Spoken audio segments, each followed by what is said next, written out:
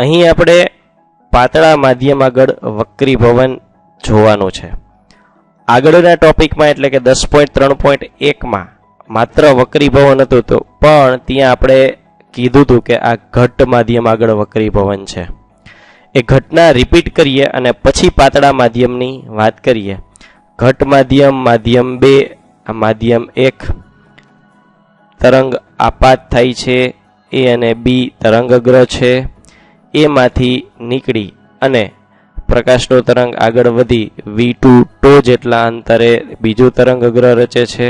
એ જ રીતે બી માંથી નીકળી અને V1 ઇન્ટુ ટો જેટલા અંતરે નવું તરંગગ્ર રચે છે. એ બંનેને જોડી દઈએ એટલે EC નામનું નવું વક્રીભૂત તરંગગ્ર રચાય છે, જે સપાટી સાથે R ખૂણો બનાવે છે. હવે પાતળા માધ્યમ માટે આ વાત કરીએ. પાતળા માધ્યમ આગળ વક્રીભવન અર્થાત મૂળ માધ્યમ છે એ ઘટ માધ્યમ છે, એટલે કે માધ્યમ 1 ઘટ છે અને માધ્યમ 2 પાતળું છે. માધ્યમને અલગ પાડતી સપાટી P આપાત તરંગગ્ર એની એ જ સ્થિતિમાં AB જે આપાત સપાટી સાથે I કોણ બનાવે છે. એમાંથી નીકળતું પ્રકાશનું તરંગ અહીંયા V2 ટો જેટલું અંતર કાપે છે, પણ માધ્યમ 2 પાતળું છે એટલે માધ્યમ 2 નો વેગ V2 વધારે થશે, જ્યારે માધ્યમ 1 ઘટ છે એટલે માધ્યમ 1 નો વેગ V1 ઓછો થશે, એટલે V1 ટો ઓછું થશે કોના કરતા? V2 ટો કરતા. જો નાનકડો ફરક દર્શાવ્યો છે. માધ્યમ 1 માં વધારે અંતર કાપે છે, માધ્યમ 2 માં ઓછું અંતર કાપે છે. કારણ તો કે અહીંયા ઘટ માધ્યમ છે એટલા માટે. અહીંયા એનાથી ઊંધું થઈ જવાનું છે. માધ્યમ 1 ઘટ છે અને 2 પાતળું છે, એટલે 2 માં વધારે અંતર કાપ્યું, 1 માં ઓછું અંતર કાપ્યું અને એને કારણે પરિણામી અથવા તો વક્રીભૂત તરંગગ્ર છે એ આના કરતા અલગ સ્થિતિએ લાગે છે, અલગ દર્શાવેલો છે.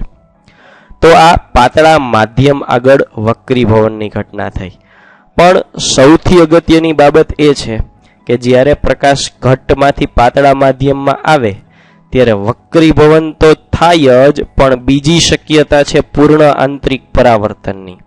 એ બાબતનું ધ્યાન રાખવું જરૂરી છે. પૂર્ણ આંતરિક પરાવર્તનની શરત sin IC = પાતળું માધ્યમ ના છેદમાં ઘટ માધ્યમનો વક્રીભવનાંક.